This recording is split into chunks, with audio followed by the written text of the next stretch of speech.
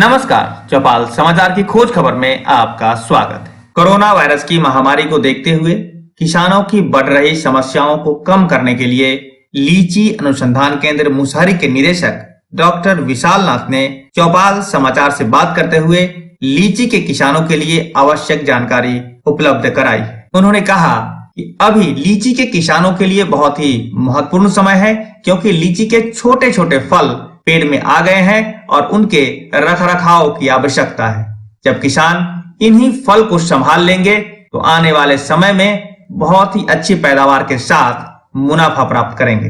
उन्होंने कहा कि किसानों को कोरोना वायरस से बचाव करते हुए अपने फसल की रक्षा भी करनी चाहिए, जिससे कि वो अपने आने वाले समय में खुशहाल हो सके। उन्होंने चौपाल समाचार से बात करते हुए आवश्यक सभी जानकारी को उपलब्ध कराया है और उन्होंने कहा कि यदि किसी किसानों को कोई समस्या होती है तो वो लीची अनुसंधान केंद्र मुजफ्फरपुर से संपर्क कर अपनी सहायता प्राप्त कर सकते हैं। मैं अभिषेक आनंद आप किसान भाइयों से ये अनुरोध करना चाहूंगा कि कोरोना वायरस की महामारी में सोशल डिस्टेंसिंग का ध्यान रखते हुए अपने फसल की रक्षा भी करें, जिससे कि हमारे लीची की मिठास से लोग पुनः वाकिफ हो सके। धन्यवाद। ऐसा है कि लीची में फल सेट हो गया है और फलों का अब विस्तार जो है हो रहा है, फलों का विकास हो रहा है और इस समय इसमें विशेष रूप से जो फल लगे हैं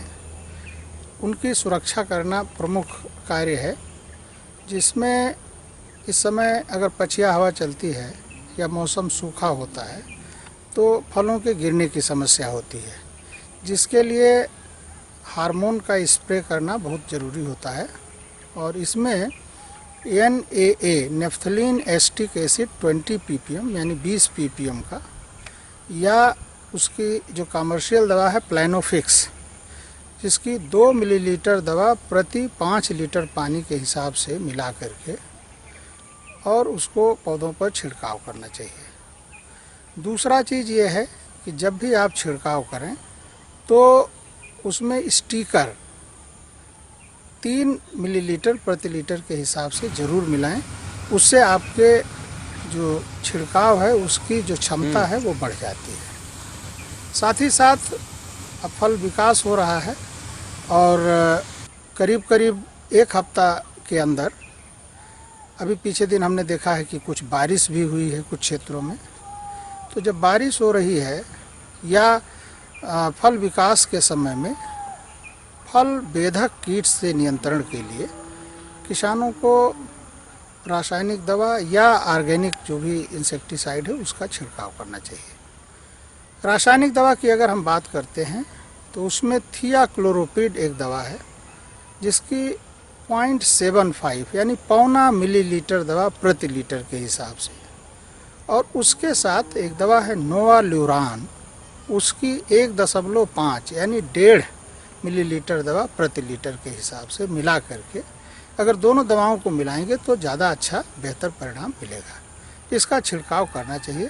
जब आपके फल लौंग के आकार से बड़े हो जाएं, मटर के दाने के आकार के हो जाएं, उस समय किसानों को यह सुनिश्चित करना चाहिए।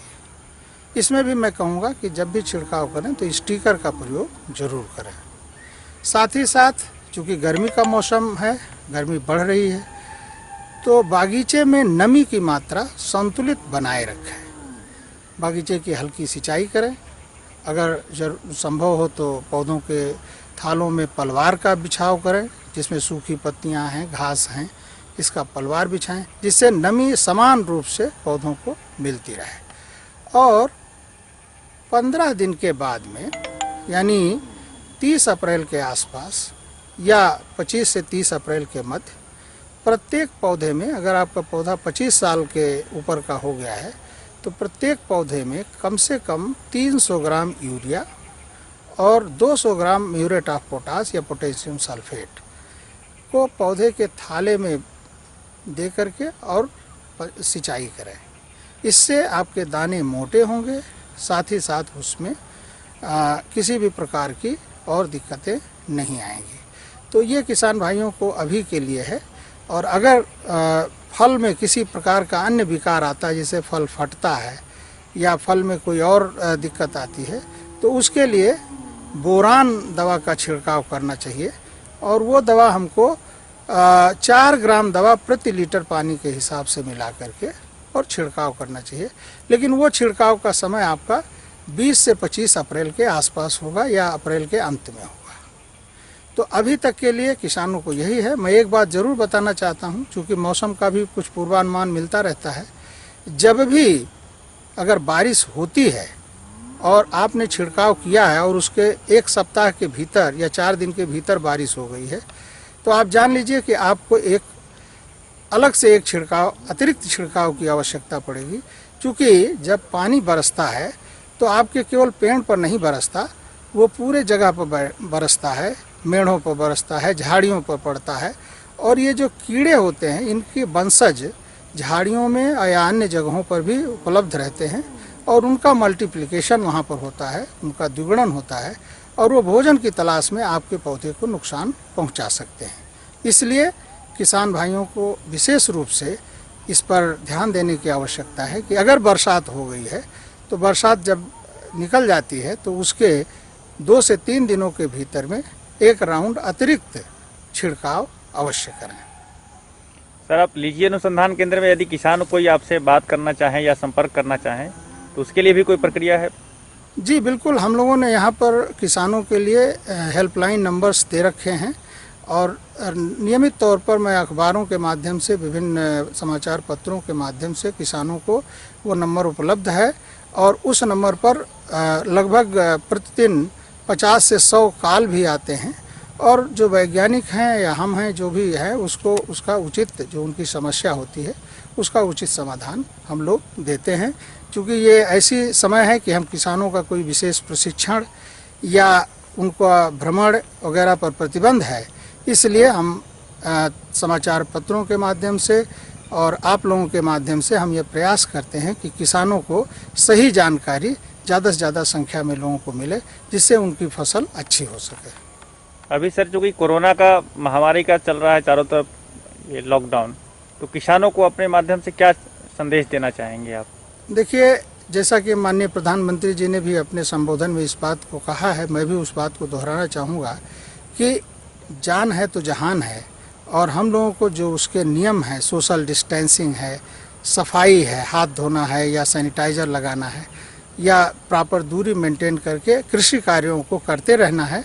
और जहाँ तक संभव हो, जो हमारा आरोग्य सेतु ऐप है उसको सभी किसान भाई जिनके पास एंड्रॉयड फ़ोन है, वो फ्री है, उसको आप डाउनलोड करें और उसके माध्यम से आपको अपने हेल्थ की और आपके आसपास के लोगों के बारे में जानकारी मिलती रहेगी। मैं डॉक्टर विशाल नाथ, निदेशक राष्ट्रीय लीची अनुसंधान केंद्र मुजफ्फरपुर से हूँ और हम लोग यहाँ पर लीची से संबंधित फसल विकास, फसल उत्पादन, पौध संरक्षण और उसके पोस्ट हार्वेस्ट मैनेजमेंट पर हमारे वैज्ञानिकों का दल कार्य करता है। और हम चाहते हैं कि जो ज्ञान हम लोग यहाँ से सृजित करते हैं वो राज्य सरकार के या अन्य कृषि विज्ञान केंद्रों के माध्यम से ज़्यादा किसानों तक पहुँचे और किसान उसका लाभ लें।